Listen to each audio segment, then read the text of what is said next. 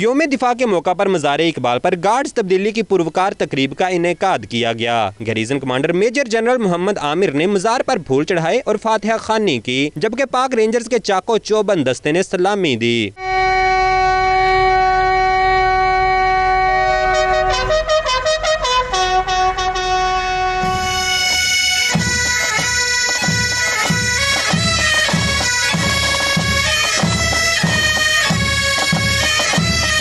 मियानी साहिब कब्रिस्तान में निशान हैदर मेजर शबीर शरीफ शहीद के मज़ार पर भी तकरीब का इनेकाद किया गया। मेजर जनरल शाहिद महमूद ने मेजर शबीर शरीफ की हमशीरा और उनके साहिबजादे के हमरा मज़ार पर फूल चढ़ाए और फातिहा खानी की।